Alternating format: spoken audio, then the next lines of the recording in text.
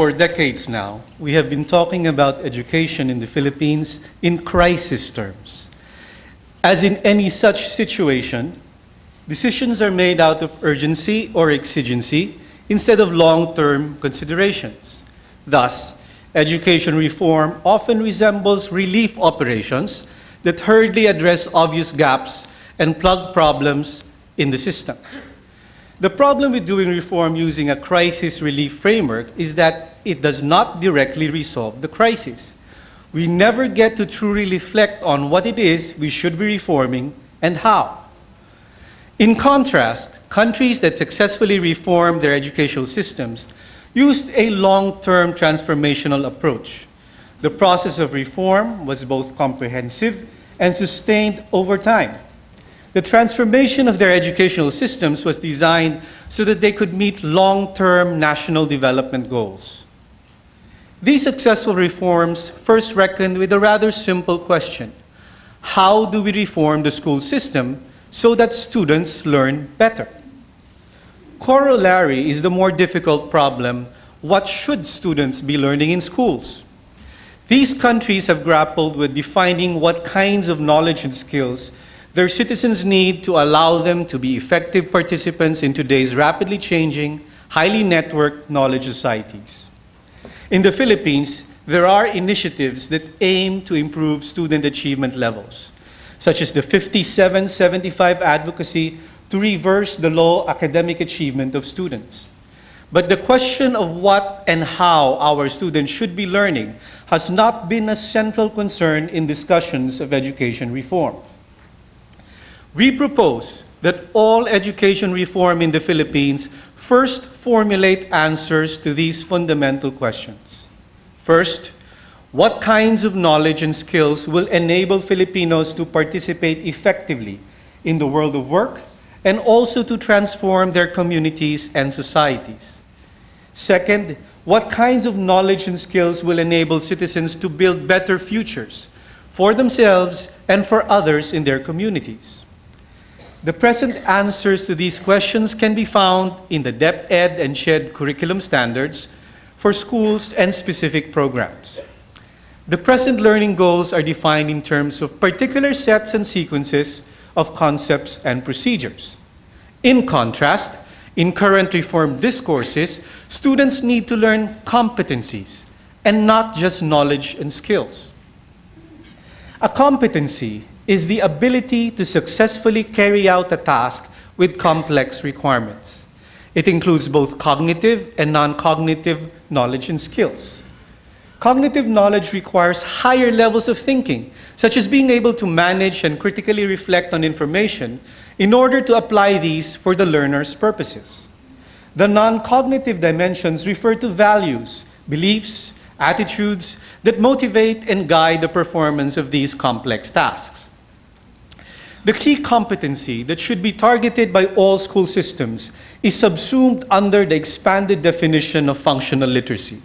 For example, the Organization of Economic Cooperation and Development, or OECD, defines functional literacy as the capacity to access, integrate, evaluate, and manage information and knowledge.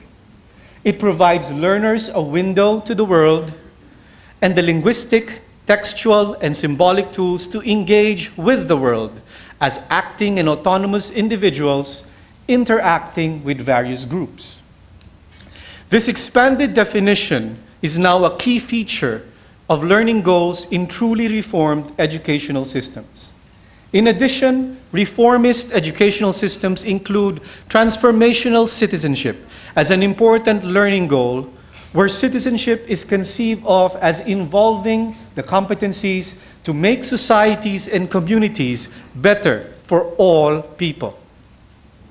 We underscore that expanded functional literacy will promote transformational citizenship if the texts and materials of our public social life are used as objects of these competencies.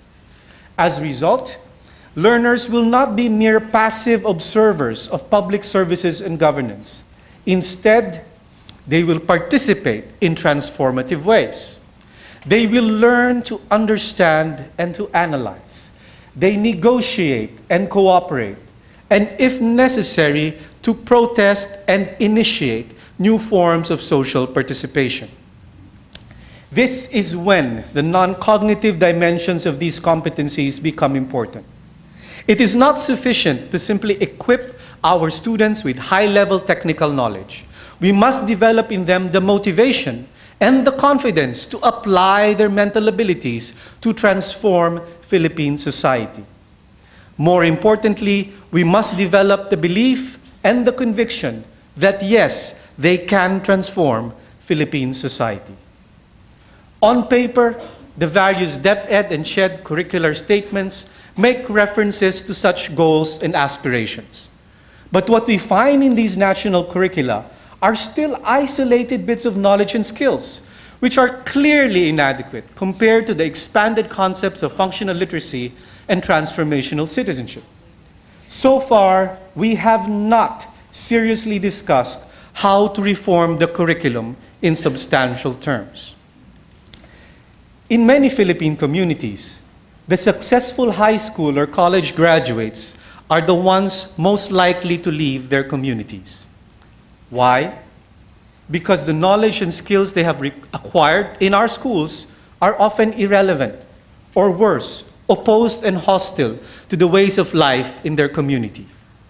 The modus vivendi is that these educated persons leave the community and support the community by sending money or other forms of support to their families.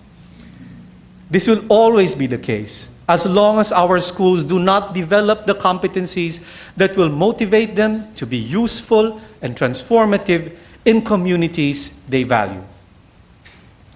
Since the 1960s, mass movements have criticized the irrelevance of our formal education to the plight of Filipinos in poor communities.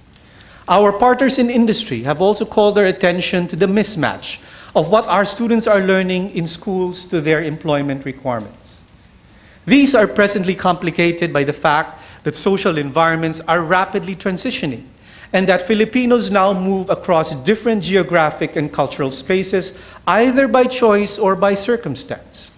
Because of this, specific competencies become obsolete rather easily, and persons have to acquire new sets of competencies as they move on in their lives. This leads us to the discourse of lifelong learning. 10 years ago, noted scholar Simon Papin wrote, "The model that says, learn while you're at school the skills that you will apply during your lifetime is no longer tenable. The skills that you can learn when you're at school will not be applicable. They will be obsolete by the time you get into the workplace and need them. The one really competitive skill is the skill of being able to learn." In addition to the two goals of expanded functional literacy and transformational citizenship, we should add the third goal, therefore, which is to develop in all our students an intrinsic value for learning and knowledge. This will ensure that the competencies associated with functional literacy and transformational citizenship are continuously renewed as the person grows and moves through different spheres of life and work. So far, we have emphasized the need to shift from developing knowledge and skills to developing competencies that are comprised of expanded functional literacy, transformational citizenship, and the value of lifelong learning. How does one actually develop these types of competencies? What types of schools and learning activities would help our students develop these learning goals? Our answer is schools that create powerful learning environments where diverse types of students can work together to develop these competencies. There is no single standard for powerful learning environments. Instead, these are characterized by core features. For example, schools must articulate and aim to develop high standards of performance related to the target competencies. Schools must provide opportunities to actively work on real-life problems and projects where the integration and application of rich knowledge is experienced. Schools must provide opportunities for students to process, negotiate, and apply varied forms of knowledge in cohesive and iterative activities. They should also provide many opportunities for students to work collaboratively, to share and to negotiate with other students who have diverse ways of experiencing this knowledge. Schools should support the learners' aspirations to grow and to transform their life circumstances by affirming their personal agency, their capacities to make choices, and respecting their individual and social identities and motivations. And finally, schools should utilize various forms of authentic formative assessment to help students clarify their learning goals and provide them with feedback to better control their own learning.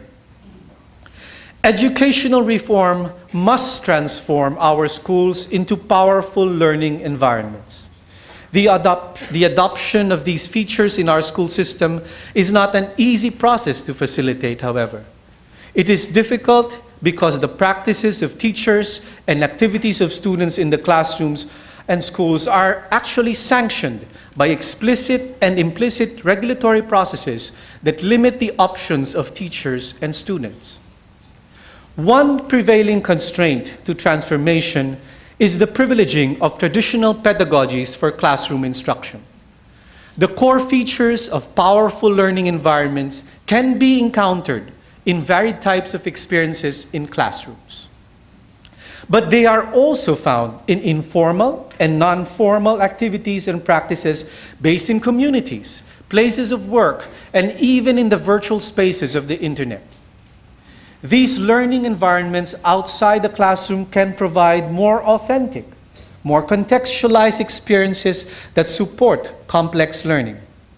Thus, it makes no sense to completely privilege formal classroom instruction over the learning activities in alternative learning systems both in and outside schools. It is the combination of creative, flexible forms of alternative learning systems that will best provide access to powerful lifelong learning opportunities to as many diverse learners as possible. Filipino students are very diverse in their prior experiences and knowledge, socioeconomic circumstances, geographic location, and individual learning characteristics. We need to match the students' diversity with an equal measure of diversity in our pedagogical approaches and learning environments. We now know that the one-size-fits-all approach is most harmful to highly diverse student populations. Thus, our schools and teachers should be allowed to explore diverse approaches to helping our students attain the desired learning competencies. Yet, our educational reforms have still focused primarily on the formal school systems and the traditional curricular and pedagogical forms. The explicit and implicit regulatory bodies, including the accrediting agencies and the PRC or Professional Regulatory Commission, have also limited the options and spaces for schools to experiment with these alternative learning systems. However, we must acknowledge that there have been many attempts to apply the various learning-oriented reformist concepts, particularly in the basic education sector. As early as the late 1940s, there was already a community school movement that was a forerunner of the life-wide learning approach. Project Impact, implemented in 1973, was a successful life-wide learning project that promoted learning empowerment with many key features of powerful learning in non-school activities. Perhaps the first coherent articulation of the need to refocus the goals of Philippine education came from the education NGOs like Education Forum, supported by the Association of Major Religious Superiors in the Philippines, or AMRSP. Remarkably, this articulation was developed from outside the DepEd, but eventually found itself expressed again in projects BEAM and Strengthening Basic Education in the Visayas, or STRIVE, that are being administered by the DepEd today. Again today, the goals of expanded functional literacy